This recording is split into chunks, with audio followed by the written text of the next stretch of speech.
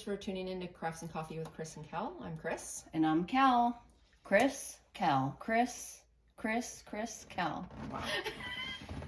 That's the remix. Just kidding. We are at Kel's today. Yes. I drove out here to hang out at her house with her. So I am not diamond painting. I will be working on my girlfriend, my best friend got me this 18-month planner. Aww. And you can color it. So I've taken to coloring at night in bed, and so I just did this one last night. Let me see. Oh, pretty. I'm not the best colorer, but it's just relaxing, so. And it's the process, I don't right? care. I'm not entering any contests, so I'm good. So anyway, go ahead. Do you want to talk about what you're using? I'm working on Ladybug Love. I did not film an unboxing. I didn't have it in me. If you wanted to see it, I apologize. But Seeing it now. You're seeing it now. I'm using Enabler's Outpost pen. As you can see, I kind of have my blinging plan kind of lined up here. And yeah, Hannah Lynn. It's a 28 by 20 inch or 71 by 51 centimeter. And it's been fun. It's been a lot of fun. Cool. Yeah. So been working on the whole thing at a time, as you can see. I mean, I really don't work on ones much smaller than this, it seems like. This is pretty small. And I didn't have an epiphany because I didn't think about it. I didn't invent this. But for the longest time, I had my light pad just sitting right on top of my drafting table. Well, someone in a Facebook post somewhere said, you could put it under the glass, between the glass and the metal frame. Oh. So it's actually under my table now, and it's completely flat. And I was like, why didn't I think of this? That's nice. So I just find myself needing to turn up the brightness a little bit more, but, and you can kind of see it kind of ends right there. Yeah. But I mean, you just slide it over then. But I love how it's all flat now. And I was like, brilliant. Yeah, that's good. So.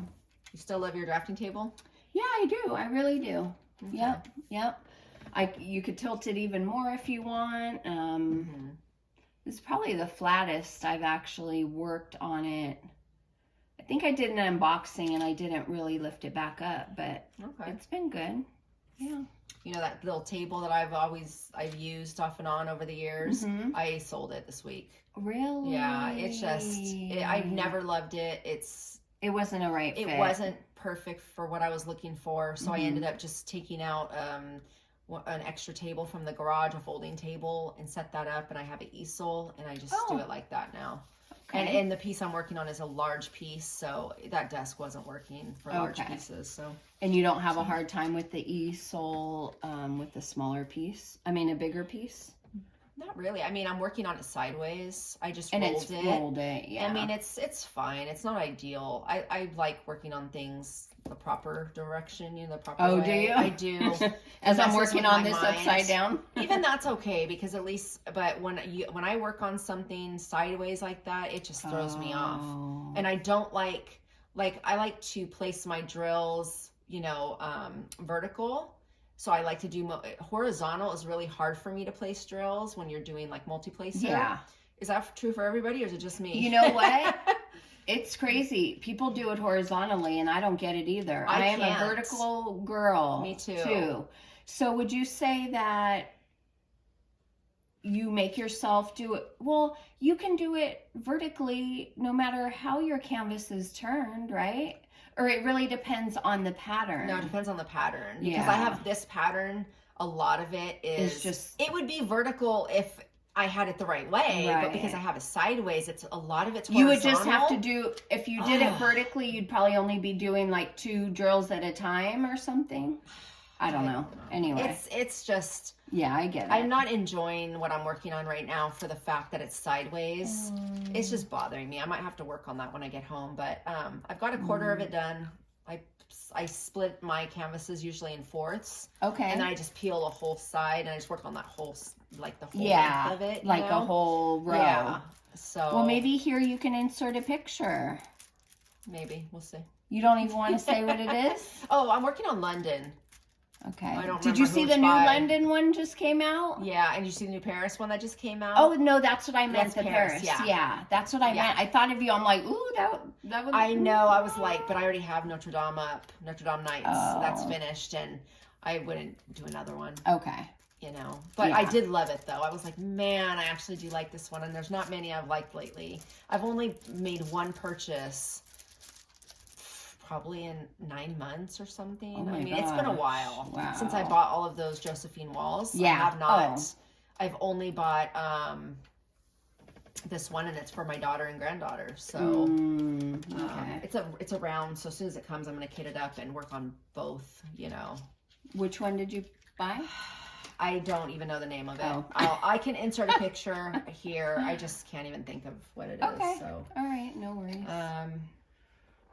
Oh, I just, I placed a small order with Tma because I had a coupon code from her that I had won on one of her lives. Thank you, Tma. And I ran out of the white AB quad cubes that I'm putting in this. So those are here. And then on my, oh my gosh, I can't even tell you how many whips I have by now.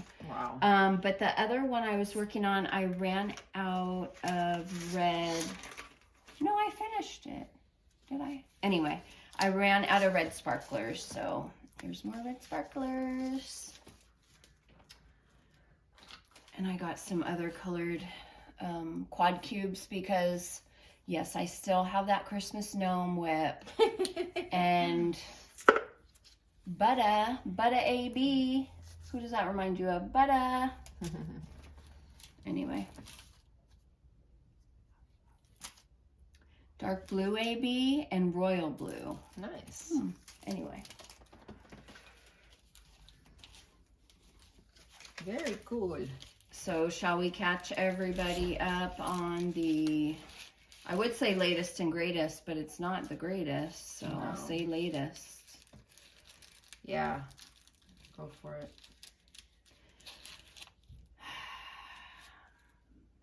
It's hard to say it out loud. Yeah. So if you guys have been watching, you knew that our mom was in the hospital having difficulties, and we had hope that she would get better. And I guess we should say trigger warning about death, but our mom did pass away on January 29th. Yeah. They did everything they could, but with her existing health issues, yeah, she wasn't getting better. So Kris made the very responsible yet difficult decision that, you know, it was time. And our mom was fully aware and in agreement and ready. And yeah.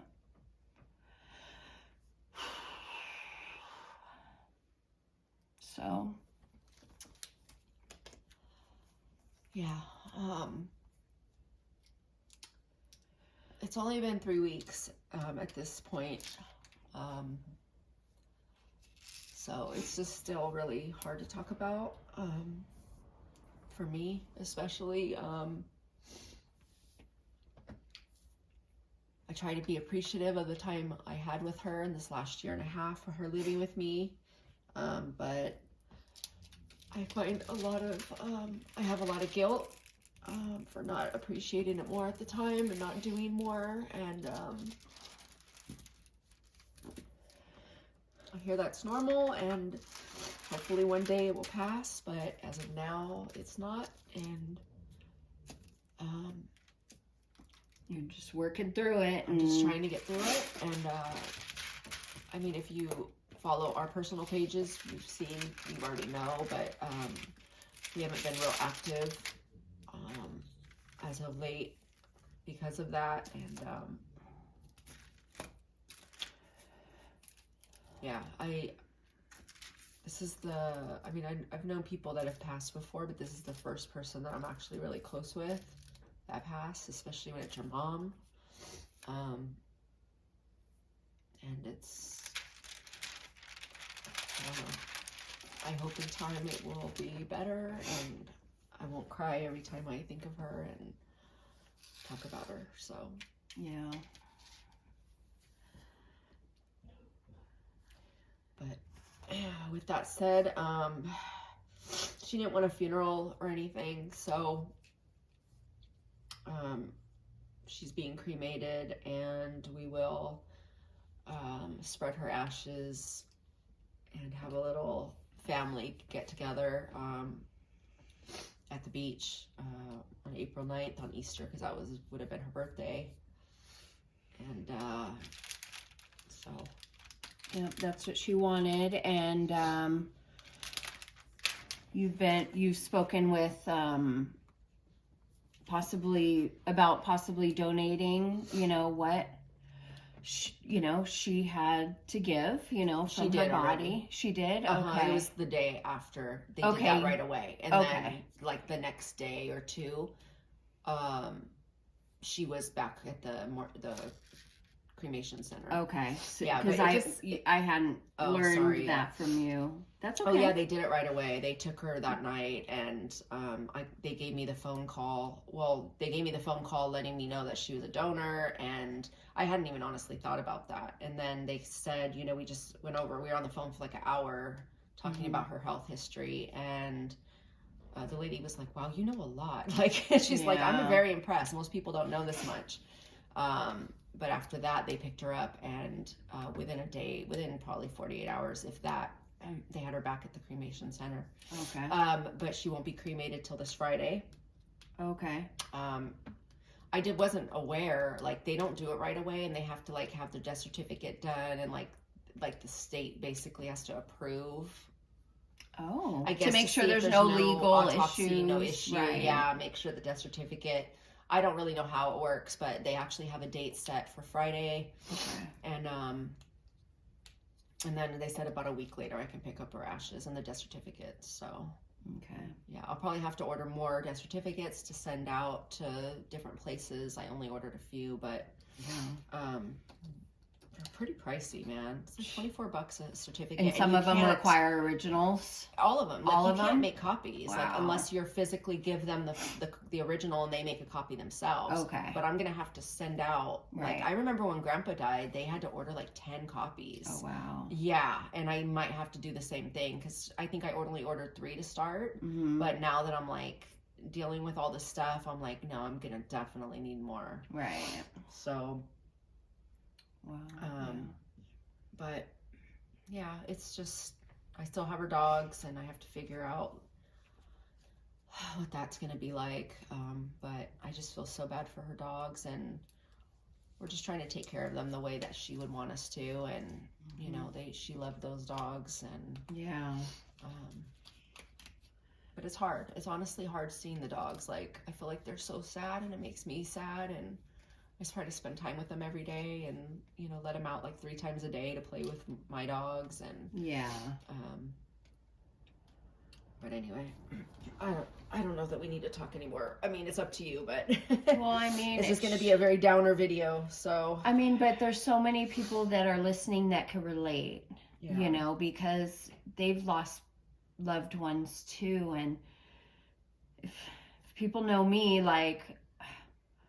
And falsely, I try to prepare myself for anything and everything. Like, I've been telling myself, my old lady cat is, any day. Right. I've been saying that for 3 or 4 years, because I feel like, well, if I like microdose myself into believing it and thinking it and knowing then it'll hurt less when it happens, because I've kind of been processing. Right. But, I thought I had done that with Mom, and it's not possible, because you think but until it happens, you have no idea, because you're only going to ever have one, you came from her, I came from her, and I would say it's life-changing, honestly. Absolutely.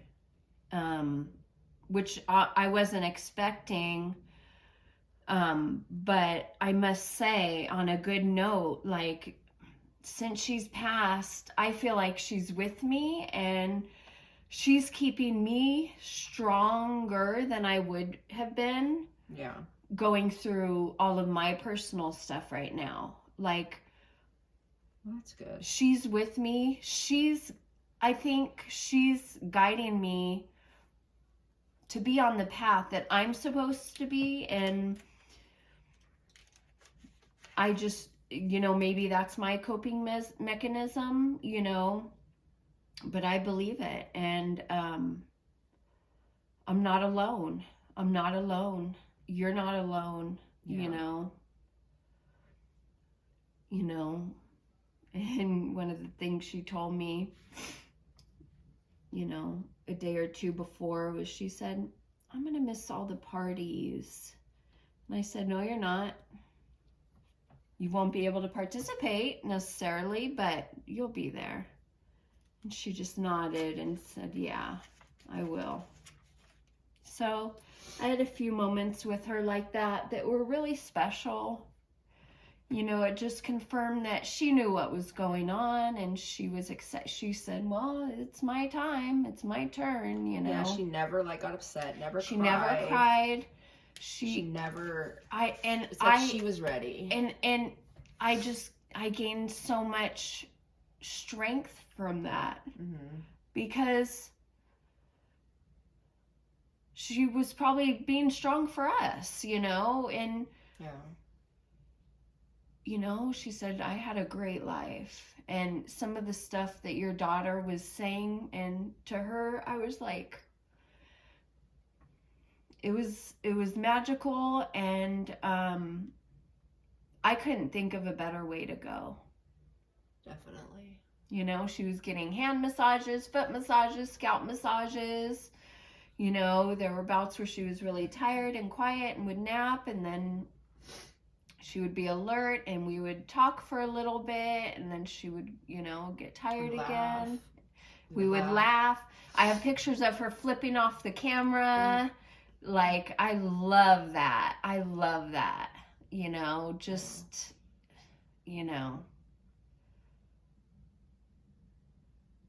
It was kind of ideal in my mind. Yeah. If it has to happen, let it be like that. Surrounded by love and, Definitely. So, but I think that's good. That's all I need to say. I just wanted to end it with, she's with me. She's guiding me very gently, and unfortunately, I don't know, as soon as she passed, I just kind of saw her differently, not like she's my mom, but she's a woman, she's a daughter, she's a sister, she's a friend. The hospital people loved her, and they were always so happy to see her. She was a patient that they looked forward to seeing. And yeah, I just wish it didn't have to happen for me to see her differently, but yeah, taking that with me for the good and positive. So yeah. Anything else we want to catch folks up on besides? That's pretty much it. Yeah, so think of our mom on Easter on 4/9. That was her birthday. We'll be at the beach celebrating her, and any well wishes you want to send out, we appreciate it. We feel all the love and support that we've been getting throughout. It really, really does help. It does matter. And we do feel that support, which money cannot buy. I don't think it would be appropriate to do a dad joke on this one. I just don't. I want to lift people's spirits, but maybe do we want to ask, you know, people out there, you know, I don't know, tips, tricks, advice, what helped them personally the most? Yeah. You know, what was maybe not helpful that we should avoid? But we do have each other. We have a very strong support system. Not just you and I, but your kids and my kids and our extending aunt, family, and you know, stepmom, and so we just call on each other and lean on each other and check in on each other. Because it may be a good day for me, it may be a freaking horrible day for you, and vice versa. So, gotta pull each other out of the moat sometimes, even if we don't want to hang on to the rope. Today's like the first day I've actually like listened to music. Really? Yeah, like I just listened to like soft jazz, you know, on YouTube with a nice background. But other than that, because after she passed, the first song, like I turned on my music and the Eagles played the first song, and that was like, that will always remind us of our parents growing up as the Eagles, and I had just turned it off. Like I couldn't. So today was like really the first day driving out here that I listened to, and it was a new album that, you know. Okay, that was Harry Styles. Okay. Great album. So I listened to that, and it was nice. But it's just things like that. Like I'm having a hard time, like in the car, you know, like I just don't listen to music much because it just. Yeah, it's a big reminder. And I mean, it's different for you. You live in the house that she lived in, and you have reminders at every turn. So it's not something you can put out of your mind or escape from. The dogs, you know. Yeah. The first song I heard when I got in the car after Mom transitioned is Michael Jackson, and he said, "Tell him that it's human nature." Yeah. And for me, I'm like, you can't argue with that. Like this is it. This is human nature. This is life. And you know, on my way home, driving home that night, I thought the radio station turned, but actuality, the song changed on the station, but not the station itself. And the same thing happened the next day. And when it happened, I go, Mom, I know it's you, you know. And then the same thing happened the next day, and I'm like, you're with me. You're here with me. You're telling me you're here with me, and you just have to be open to seeing those things to me what they are. And I'm just not there. I don't see her. I don't, you know, like the day after she passed, my family always believed like cardinals were seeing our grandparents. You know, I guess there's a thing about, I don't know, anyway. Cardinals were always a big deal to my aunt and my uncle and my mom. And the day after Mom passed, Aunt Wendy sent me a picture of a cardinal right outside her window. Oh, yeah. And like, but I haven't had that moment yet where I can see her in places, you know? Yeah. So, I don't know. Well, I think you will when you're ready, and I mean, you will. Yeah. So. Anyway, okay, well. All right, well, we're going to end this. Sorry if we made anyone sad. Thank you for sitting through it if you did, even though it's hard. And something I'm learning is that emotions are here to feel and to tell us something. And how much we loved our mom is in our emotions and tears, and how much we miss her. And if we don't feel them, we're not valuing them and acknowledging them the way they deserve to be respected, because this is a process. And if we don't feel them, we're going to stunt ourselves and our healing. So that's just my take. True. In all the ways, in all the feelings, in anger and sadness and all of it. Yeah. You know, what are we being told by these feelings, and honor it. And very true. all right, well, leave a angel emoji for our mom, and stars or whatever else, the dove emoji, whatever else you feel like you want us to see. Hugs, kisses, all the love. And we hope to see you back here in 1 week where we will be chipper bitches. Maybe. Oh, you will be. Maybe. But anyway, thanks for hanging out. Bye, crafters.